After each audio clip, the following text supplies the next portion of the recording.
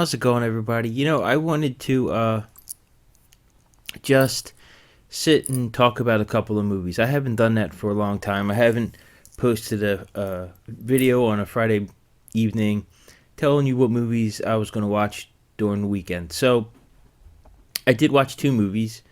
I watched The Sadness, and this is a movie on Shudder, and it is one of the most brutal, bloody, and uncomfortable movies I've seen in a long time. When I watch a movie, a horror movie specifically, and a lot of times they leave me kind of bored. I don't.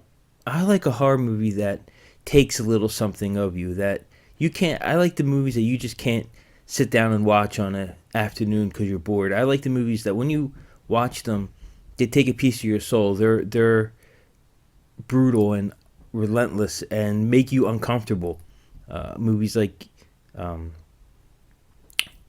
Baskin, for one. Baskin, I think, is one of the most disturbing movies. I Saw the Devil. They take a little piece of your soul, and you leave it there with the film. And this movie is brutal, and there are scenes that are really, really uncomfortable and hard to watch. There's a scene where a rage zombie, is fucking a girl in her eye socket, and it's uncomfortable. It's really, really uncomfortable. Essentially, the plot of the movie is that there's a virus, much like Corona, only this virus turns people into homicidal maniacs. It's very much like Nightmare City, if Nightmare City wasn't campy at all and just brutal and uncomfortable and unrelenting. That's what this is. It's everything you like about movies like The Crazies, or it's just unpleasant.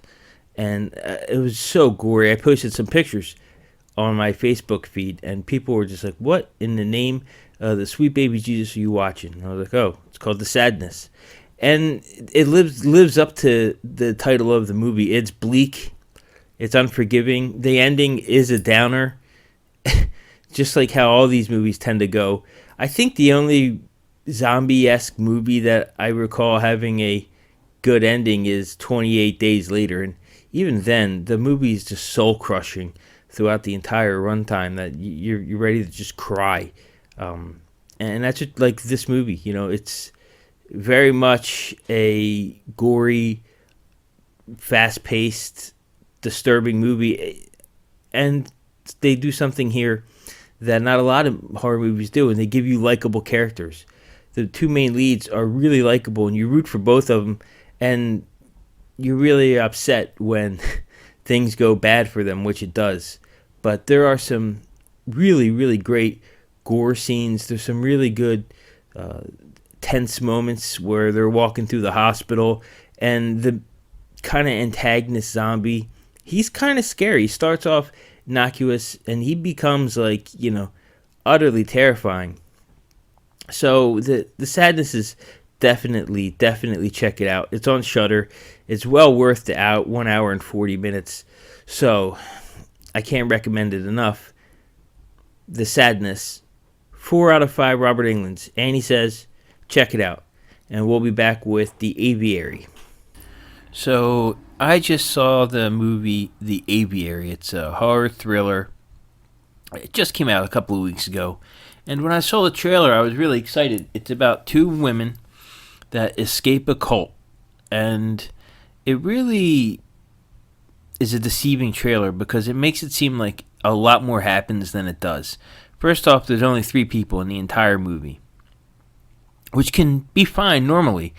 But in this case, it was just such a major letdown of a film. And I don't even know where to begin with it. So essentially, these two women, it's essentially the NXIVM cult, because they get branded on the back in the logo of the cult, and they're very much skipping out through NXIVM, and they're hiking through the mountains in a desert, and they're going to a little town that's like a 3-day hike.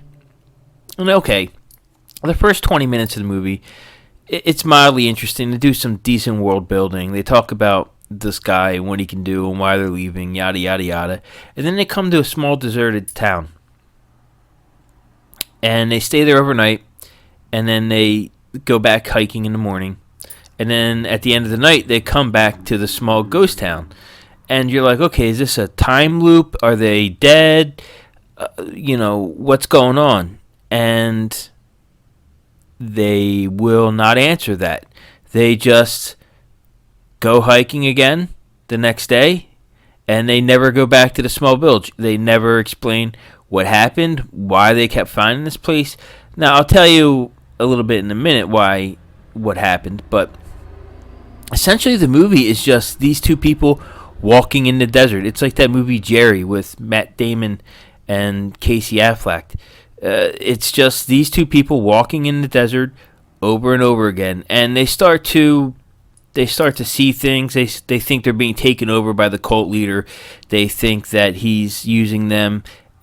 They have hallucinations. They're sleepwalking. They're talking like him, and there's some interesting things there. You're wondering where it's going, but it's too few and far between. In fact, I thought at one point that the loop was going to be something out of like Triangle, because the one main character kills a person that looks identical. It's essentially her. She kills herself. And I was like, oh, okay, so this is going to be like Triangle. No. The movie is essentially, unfortunately, Shutter Island. And when I say Shutter Island, I mean it's identically ripped off from Shutter Island. The main character has been sent on a secret mission to retrieve the cult leader's laptop from this girl. She kills her. She doesn't remember killing her. She never left the compound. It's the last 5 minutes of the movie, you're just boiling over with freaking rage.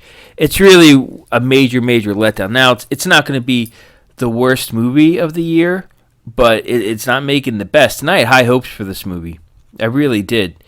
That's all I really got to say about it. There's nothing to really say because these characters are just walking around in the desert for an hour and 30 minutes because the last 5 minutes you have the cult leader in there and they bum rush you with all the answers. So, The Aviary, 2 Robert Englunds out of 5. Annie says, check it out. No, wait. No, Annie says, don't check it out because I'm just stealing Joe Bob Briggs. He'll say 3 stars or 2 stars. Joe Bob says, check it out. So I was just stealing that. I was just stealing that little gimmick. Annie says, don't check it out. Annie says, this movie is a waste of human existence. It's pain and suffering and boredom.